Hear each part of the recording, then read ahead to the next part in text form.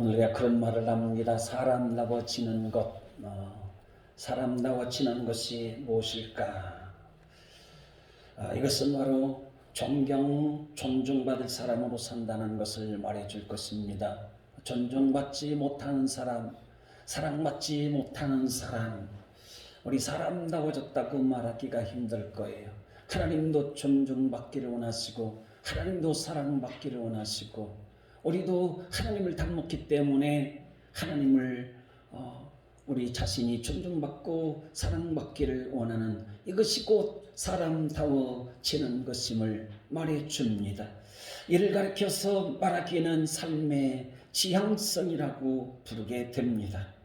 오늘 생각하기에는 신앙인으로서 가장 성숙한 의로운 결정을 내릴 수 있는 것은 무엇일까 하는 것입니다. 오늘 우리는 늘상 선택입니다. 늘 결정해야 되는 그 삶의 고민 속에 날마다 그렇게 우리가 뭔가 모르게 그 갈등 속에서 헤매고 있는 우리의 모습을 때때로 발견할 수가 있을 것입니다.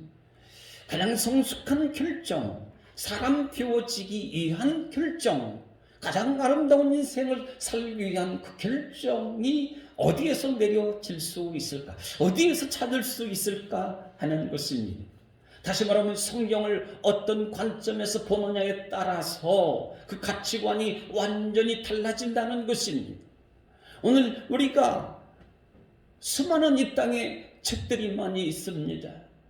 고서들이 많이 있고 현대에 나오는 새로운 미래를 향한 우리에게 앞길 제시해주는 또 성공을 말해주는 수많은 책들이 많이 있지만 거기에서 많은 양식을 쌓고 배움의 길을 지혜를 얻고 그렇게 살아가고 있지 않습니까?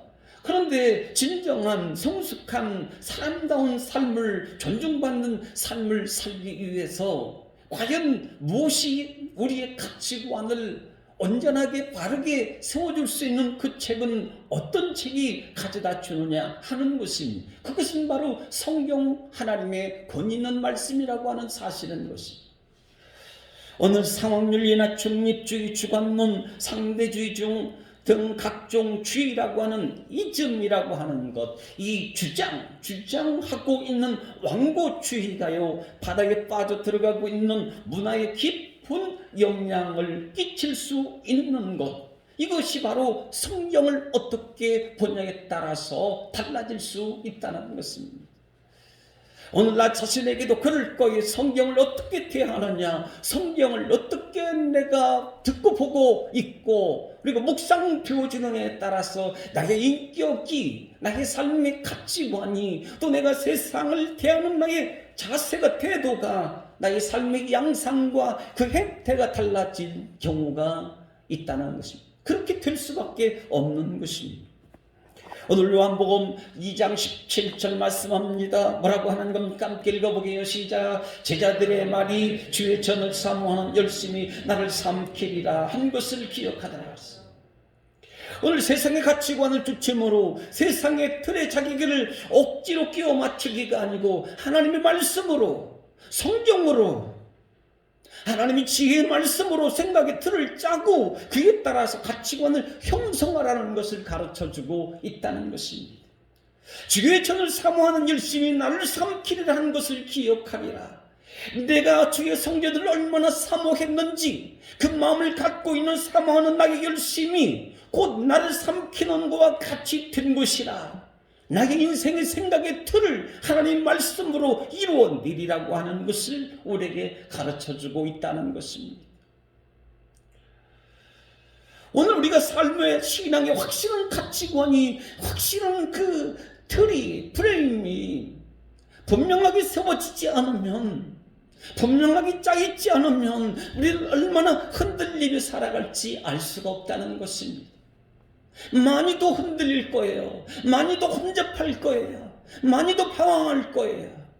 많이 결정하지 못하고 우왕좌왕하며 그렇게 사는 시간들이, 참으로 낭비되는 시간들이 상당히 아주 많이 있을 것이라고 하는 것입니다.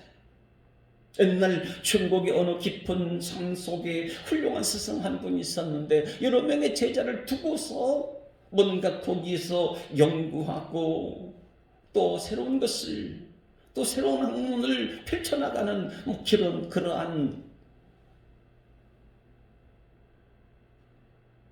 어떤 학교와 같은 배움의 터전이 있었던 것이지.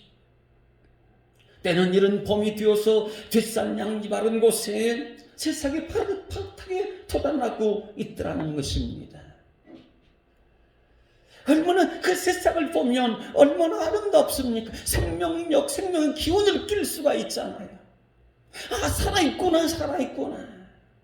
여기서 도대체 무엇이, 이 세상의 잎에서 무엇이 피어날까 궁금증이 아주 많이 생겨나는 거 아닙니까? 그래서 제자들끼리 하는 말이 그러는 거예요. 이것은 살구다. 그 세상을 바라보며 말하는 겁니다. 어떤 제자는 살구라고 하고 어떤 제자는 이것은 복숭아 나무가 분명히 이렇게 논쟁을 벌이더라는 것입니다. 이 모습을 지켜본 스승이 하는 말이 그랬다는 거 아니겠습니까? 열매가 상대성 과학적 생각이라고 한다면 그 싹은 절대적인 종교적 가치와 의미를 두고 있다는 것으로 풀이하게 된다는 것입니다. 오늘날 대부분의 사람들이요, 어떻게 생각하고 살아가고 있는가 하면 싹이 아니라는 것입니다.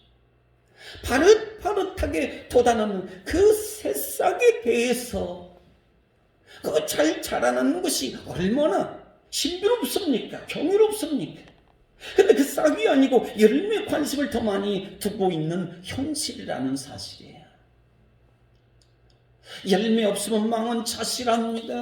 한해 농사가 안 되면 안 되는 거잖아요. 한해 농사가 잘 돼야 되는 거잖아요. 우리의 신앙 영혼의 농사도 잘 해야 되는 거잖아요. 우리 자식 농사도 잘 되어야 되는 거잖아요. 그런데 지나치게 열매 주도주의적인 열매를 원한다. 사실은 열매를 따기 위해서 씨 뿌려도 뿌리는 거잖아요.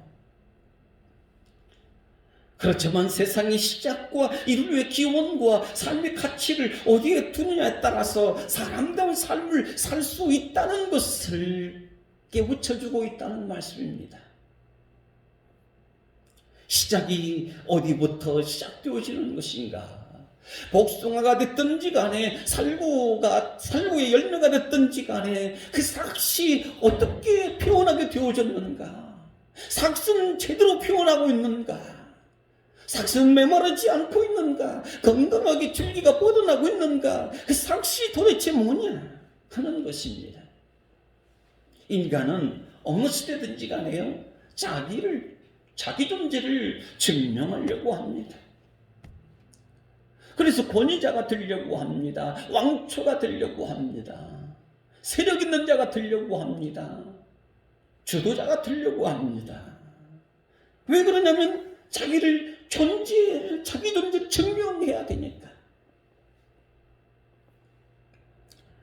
모름지게도 높은 자리에 앉지 아니했을지라도, 그리고 내지 남지 어떤 괴롭힘을 당하든지 어려움을 겪든지 간에 낮은 자리로 추락하는 인생을 산다 할지라도 그곳에서 몸부림을 칠 거예요. 자기를 증명하려고 거기서 뭔가 모르게 남이 듣지 못한 소리를 품어내는 그러한 모습이 바로 인간의 모습이라고 하는 것입니다.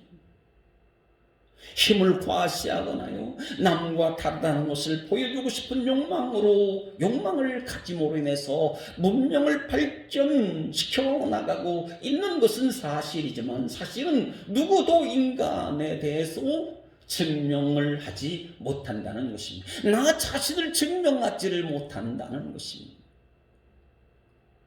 나를 통해서 내게 가지고 있는 어떤 연구 결과 지식을 따라서 어떤 열매를 딸 수 있다고 생각을 합니다. 그리고 나의 삶의 어떤 풍요와 넉넉한 삶을 이루었다고 생각합니다. 목적을 달성했다고 생각을 합니다. 그래도 불구하고 너는 누구냐고, 당신은 누구냐고, 도대체 나는 어떤 사람인지, 열매를 통해서 싹든 그 싹의 원천의 요소가, 그 생명이 자라날 수 있는 공급의 원천의 근본 본전이 어디 있는지 나 자신에 대해서 증명하기가 쉽지 않다는 것입니다. 인간의 불안이나 욕구에 시달리고 사는 것은 뭔가 하면 자신을 증명하지 못한 끝없는 갈증 때문이라는 것입니다. 오늘 사람이면 사람다운 인간이 가질 수 있는 삶의 지향은 어디로부터 시작되어지는 것일까요? 오늘 하나님은 그렇습니다. 자신을 스스로 증명하십니다. 출애굽기 3장 14절. 나는 스스로 있는 자니라. I am who I am. 나는 스스로 있다. 요한복음 1장 1절에도 말씀하지 않습니까? 태초에 말씀이 계시니라. 이 말씀은 곧 하나님이시니라. 하나님은 무엇으로 되신 것? 말씀으로 계셨다. 말씀. 그가 없이 된 것은 하나도 없느니라. 그 안에 생명이 있으니 이 생명은 사람들의 빛이라. 사람이 어디서 난 것을 이야기하는 거예요? 생명 되시고 말씀 되시는 스스로 계신 자기 자신을 증명해내시는 하나님을 통해서 인간은 증명되어지기 시작한다는 것을 말해주고 있다는 것입니다. 다시 말하면 하나님은 자연 만물과 인간을 지으심으로 인해서 그 모든 형상과 영광을 그 자신의 형상대로 나타나게 되심으로 말미암아 자신을 증명해 내신 분이십니다.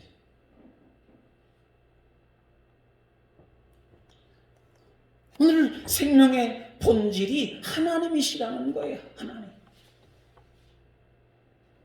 내가 살아있는 것, 내가 숨쉬는 것, 이 모든 것, 그 원천이 어디 있는가? 하나님께 있다는 것입니다. 하나님.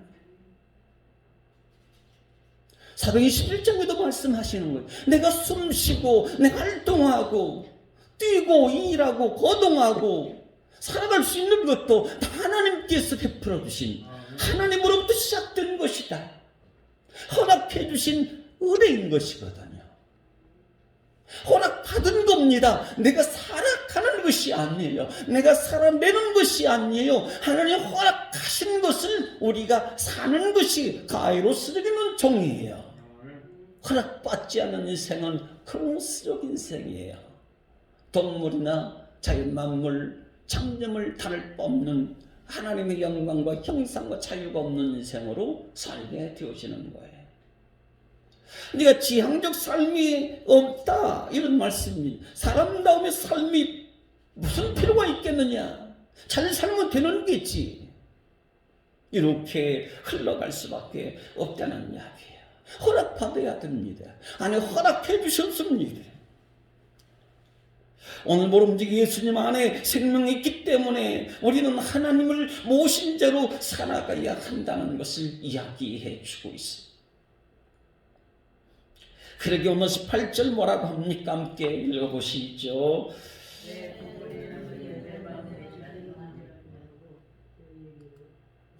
18절 시작. 내가 너희를 고아와 같이 버려두지 아니하리라. 너희에게로 오리라.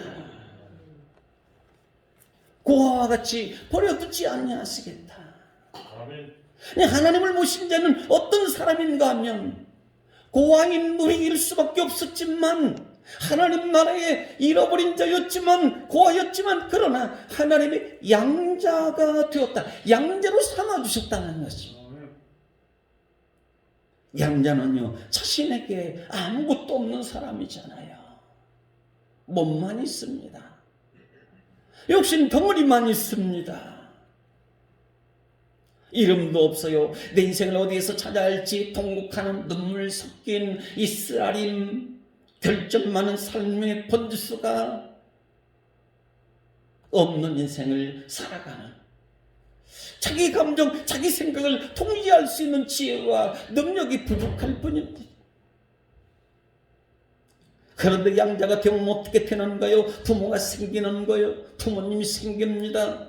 오늘 교육을 받게 됩니다. 안전과 미래가 주어지고 오늘 부모가 가지고 있는 것을 더 다 물려받을 수 있게 되어지는 것 아니겠습니까? 오늘 우리가 양자가 되어지는 것은 뭔가 하면 그 부모님이 나를 선택해 줬기 때문에 되는 거예요. 어느 자식이 고아원에 있는 그곳에 자라나는 버려진 아이들이 나는 권력층 집에 들어가고 싶다. 그 집에 양자되고 싶다. 그래서 권력을 나는 위임받고 싶다. 아니면 학자집에 들어가고 싶다. 그래서 나는 지식을 연구하는 학자의 사람이 되고 싶다. 나는 사업가 집안에 들어가고 싶다 해서 그렇게 되어지는 것이 아니라 부모가 그 자식, 고아된 자식을 선택해 줌으로 인해서 양자되는 것 아닙니까? 우리는 뭡니까? 하나님의 선택을 받았다는 거거든요. 하나님 우리를 양자 삼아주셨다는 거거든요. 하나님 나라가 있다는 걸 말씀하잖아요. 세상에 부모 없는 자식이 사실 어디에 있겠습니까? 오늘 부모가 내 자식인 아이를 사랑하는 것은 무엇인가 하면 단순히 예쁘고 사랑스러운 것, 사랑스러운 것을 뛰어넘는 것이죠. 어느 때는 믿기도 하잖아요. 어느 때는 마음에 들지 않는 자녀도 있지 않습니까? 그러나 이런 인간적인 사랑이 아니고 부모가 그 자식을 사랑하는 것은 뭐냐면 그 자식 속에 뭡니까? 부모의 피가 흐르고 있다는 거예요. 평생을 두고 애지중지 그리고 부도 안고 노력하고 땀을 흘리며 그 양육하고 키워내며 마음과 생명을 갈라주었기 때문에 내 자식이고 사랑스럽다는 이야기 아닙니까? 오늘 아이 낳다가 죽는 엄마가 있어요. 아이를 포기하면 엄마는 살 수 있다고 의사의 말에 진단이 떨어진 아주 급박한 상황입니다. 근데 엄마의 선택은 무엇입니까? 자기 목숨을 살리면 아이는 죽어요. 그러나 자기 목숨이 죽으면 아이는 살릴 수가 있어요. 엄마의 선택은 무엇입니까? 아이를 살리기 위해서 엄마인 자신 죽음으로 내두어 버리는, 그래서 아이를 살리는 것, 이것이 곧 사실 십자가 사랑인 것이죠. 우리는 어떤 사람인가 하면 죄와 사망으로부터 건진받는 하나님의 양자가 되었습니다. 우리 하나님 나라를 상속받을 자가 되었다는 사실입니다. 할렐루야. 하나님 나라 상속. 그런 이 땅에 우리 무너질 장막에 대해서 걱정할 게 뭐가 있습니까? 상속받을 게 있는데 앞으로 내 생명 다 살고 나면 지금 현재도 마찬가지인 것이죠. 하나님 통치의 그늘, 그 손길 가운데 살아가는 것이죠. 얼마든지 현재적 천국을 누리고도 남을 만한 하나님의 그 자비로우심이 넘쳐나고 있다는 사실 아닙니까? 그렇다면 반드시 따라와야 하는 것은 무엇일까요? 계명이라는 말씀입니다. 약속된 말씀이라는 것입니다. 오늘 21절 읽은 말씀에 그리 말씀하시죠. 나의 계명을 가지고 지키는 자라야 나를 사랑하는 자니 네 아버지께 사랑을 받을 것이요 나도 그를 사랑하리라고 말씀하시는 거죠. 계명을 지키지 않는 자, 말하자면 부모 말 듣지 않는 자식 사랑받을 수 있을까요? 사랑받기 힘들 거예요. 늘 회초리 맞을 거예요. 이 자식이 왜 부모님 말씀 안 듣는 거야? 그렇게 하면 안 된다고 했잖아. 내가 이렇게 하면 좋겠다고 그랬잖아. 강압적이질 않지만 그 아무리 회초리고 그리고 아프면 수도 있지만 그 사랑하는 마음으로 회초리를 태는 경우 있지 않습니까? 오늘날 회초리 없는 시대를 산다고 하는 말 속에 어느 목회자는 회초리가 필요하다고 그럽니다. 회초리가 필요하다. 오늘 여러분 어떻게 하나님을 사랑할까? 오늘 하나님의 사랑을 알 때에 하나님을 사랑할 수 있다는 말씀입니다. 그래서 오늘 마태복음 6장 21절 다시 한번 읽어봅니다. 시작. 내 보물 있는 곳이 내 마음도 있다. 오늘 보물이 있는 그곳에 우리의 땅이 흘려서 한 톨의 씨앗을 만들어내고 그리고 물질의 수확을 얻어낼 때 그곳에 우리의 온 정성과 마음을 쏟지 않습니까? 마음을 쏟지 않고 열심을 쏟지 않고 어떻게 우리가 원하는 목적을 달성할 수 있겠어요? 내 마음속에 있는 것 가지고 주님을 사랑하라는 거예요. 내 보물이 있는 곳에 내 마음도 있지 않느냐? 내 마음에 있는 것, 내 마음속에 있는 것 가지고 주님을 사랑하라. 그 계명을 지키라고 말씀하시는 것이거든요. 어느 이는 그럴 거예요. 반감심 내지요. 그거 가장 소중한 것인데, 내게 가장 소중한 것인데, 내가 가장 아끼는 것인데, 그런 거 있잖아요. 한 개씩은 있잖아요. 한 가지씩은 있잖아요. 아니, 숨겨둔 뭔가 있잖아요. 뭔가 자랑하고 싶은 그 한 가지가 있잖아요. 그거 없으면 나 죽는다고 하는 것, 반드시 절대적인 요소, 설맥심 그 무엇인가 우리는 붙들고 놓치면 안 되는 그 한 가지 요소가 나를 지켜주고 있는, 나를 나로서 인정하게 만들어주는 그 한 가지 절대 가치가 우리는 부여잡고 있는 그 한 가지가 있지 않겠습니까? 그러면서 하는 말이 그거 나에게 없어서는 안 되는데, 깜짝 놀라야 될까요? 아니라는 것입니다. 내가 가장 마음을 두고 가장 소중하게 여기는 그것이라고 한다면 가장 소중한 그것으로 주님을 사랑하라는 거예요. 내 몸의 건강함이 가장 소중한 것이면 내 몸을 가지고 주님 앞에 찬양과 영광을 올려드리라. 내 재산이 가장 소중하면 그것 재산 재물을 가지고 하나님을 사랑하라 하는 것입니다. 가장 안 사랑하는 것 가지고 어떻게 하나님을 믿습니까? 하나님 모실 수 있겠어요? 나도 하찮게 여기고 내 생각에도 귀하지 않은 것 가지고 그거 가지고 없어도 괜찮을 것 같고 그 정도는 스쳐 지나가도 괜찮을 것 같은 그것 가지고 어떻게 하나님을 모셨다, 하나님을 사랑한다고 우리가 말할 수가 있느냐고요. 얼토당토 하지 않는 얘기죠. 뭔가 중요한 거 있어야 되니까 아닙니까? 이 절대 가치, 이거 놓치면 안 된다고 하는 거. 오늘 우리가 주님을 놓칠 수가 없잖아요. 할렐루야. 주님 놓치면 안 되잖아요. 포도나무의 그 가지가 떠나면 꺾여서 사람들이 밟힐 뿐이고 아궁이에 터진다. 얼마나 쓰라린 고통이 아픔입니까? 저쯤입니까? 그 가지가 가장 중요한 것은 그 몸통 대신 예수 그리스도께 붙어 있어야 산다는 것이잖아요. 살기 위해서. 아니, 잘 되기 위해서, 사람 닦기 위해서, 하나님 모신 자로 살기 위해서 어떻게 하는 겁니까? 바로 내게 가장 소중한 것, 내가 가장 큰 목적이 있다면 그것은 곧 주님을 사랑하고 기뻐하는 것이어야 될 줄 믿습니다. 할렐루야. 그게 가장 큰 목적인 거예요.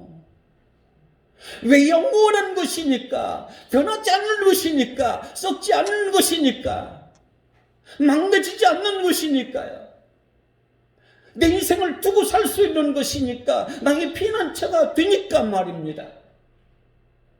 너는 이 세대를 본받지 말고 하나님의 온전하신 기뻐하신 뜻이 무엇인지 분별하여 알고 깊이 생각하고 그것을 알았으면 쫓아서 너희 자신을 거룩한 산재물로 드리라고 로마서 12장에 말씀하지 않습니까?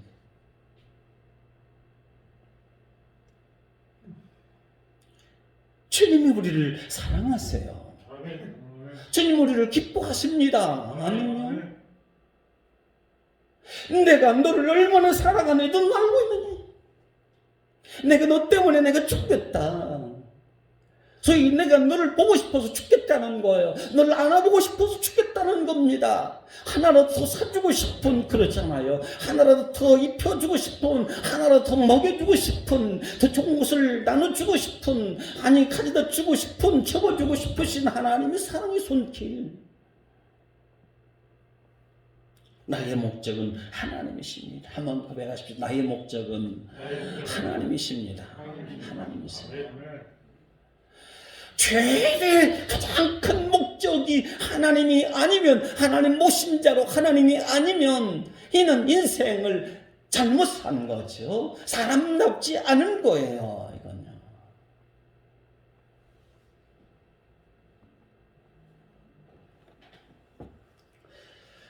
오늘 하나님은 나를 지으신 분이시고 생명을 주시는 분이시죠. 이미 생명을 주셨던 분이시죠. 영혼을 주신 분이 하나님이세요. 영혼을 창조하신 분이 하나님이세요. 아멘. 부모를 통해서 육신을 얻었다 할지라도 그 영혼은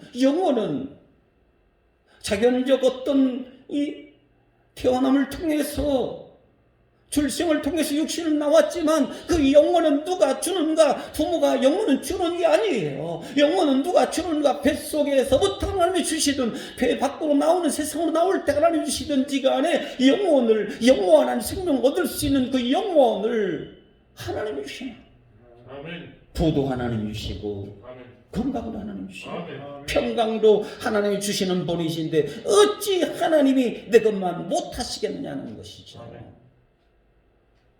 하나님이 나의 목적이라 하는 것입니다. 아멘.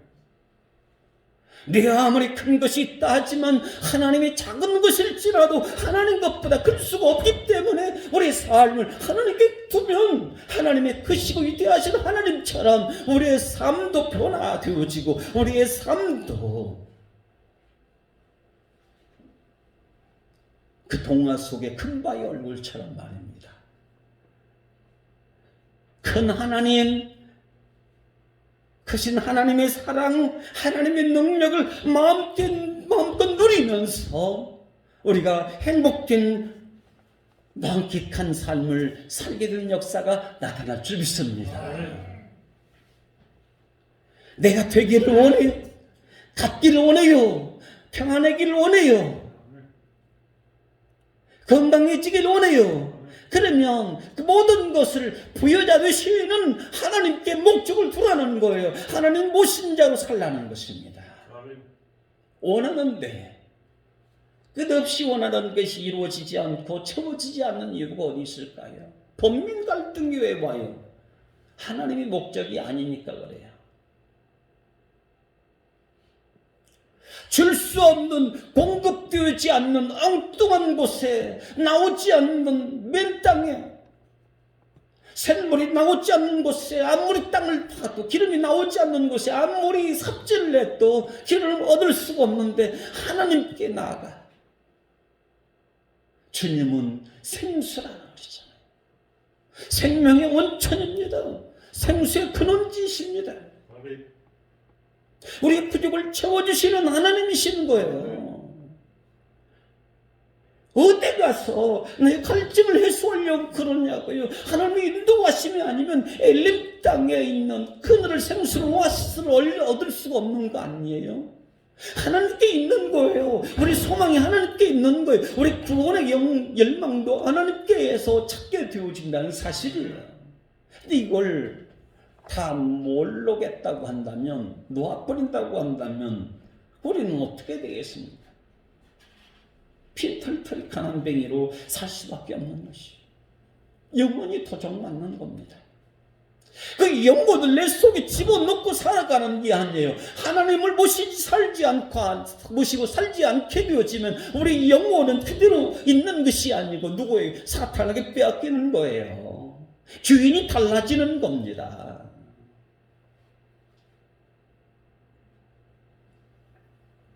오늘 새벽도 기도했어요. 하나님, 우리 온 성도님 가족, 또 우리 온 성도님 아직도 나오지 못하는 이들, 그리고 기도 하나 또 해야 하잖아요. 하나님, 저희 자녀들, 물론 집사람을 위해서 기도하죠. 자녀들을 예수님 하나님 모시고 살게 해 도와주세요. 기도할 때마다 기도해요. 그가 일하는 현장에서 어떤 사건을 만나든 평안하든 위험하든 환란이 있든 빛이든 어둠이든 어떤 것이든지 간에 하나님이 다 창조하셨다고 말씀하시니 그 안에서 하나님을 만나고 하나님 발견해서 그 영혼이 강탈당하지 않고 빼앗기지 않도록 주님이 주인되어 주시옵소서. 하나님 모시고 살게 하여 주세요. 기도해요. 세상 잘 나가면 자랑스럽죠. 얼마나 노력하고 애쓰겠습니까? 근데 영혼 뺏기고 나면 가난뱅이에요.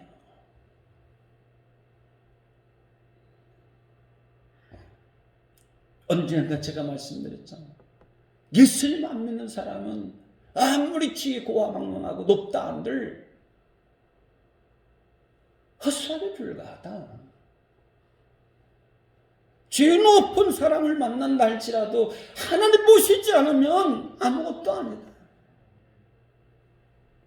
다 썩을 것 가지고 주물럭거리고 없어지고 부패할 것 가지고 장단 맞추고 춤추고 노래하고 이거 아무것도 아니다.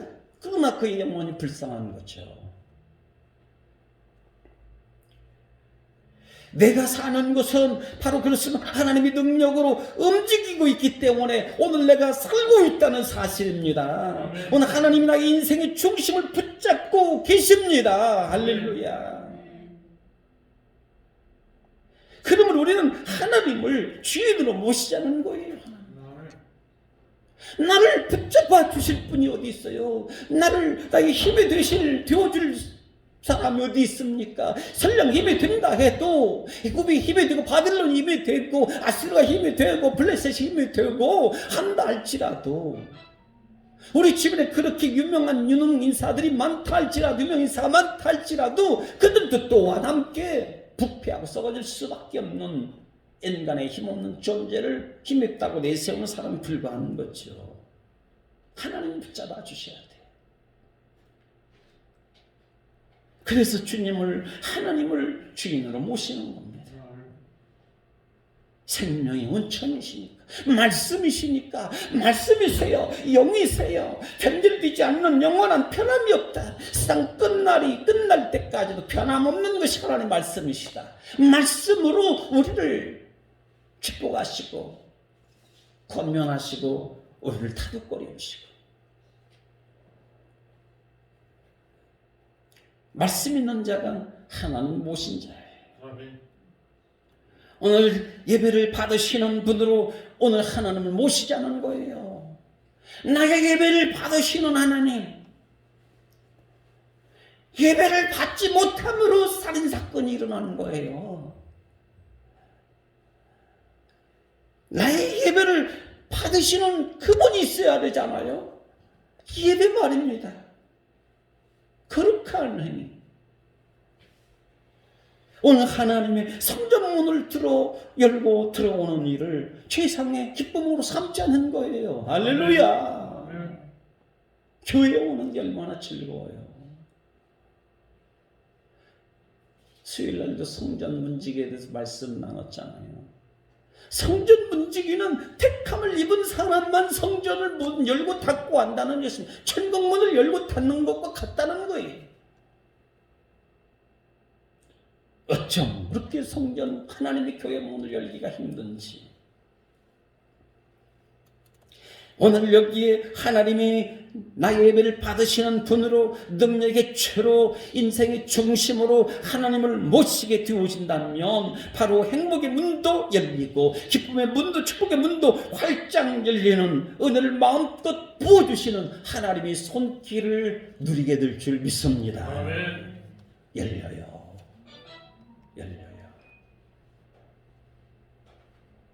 예배 시간에 핸드폰 장난치지 마세요. 양은 목자 음성을 듣는다고 그랬어요.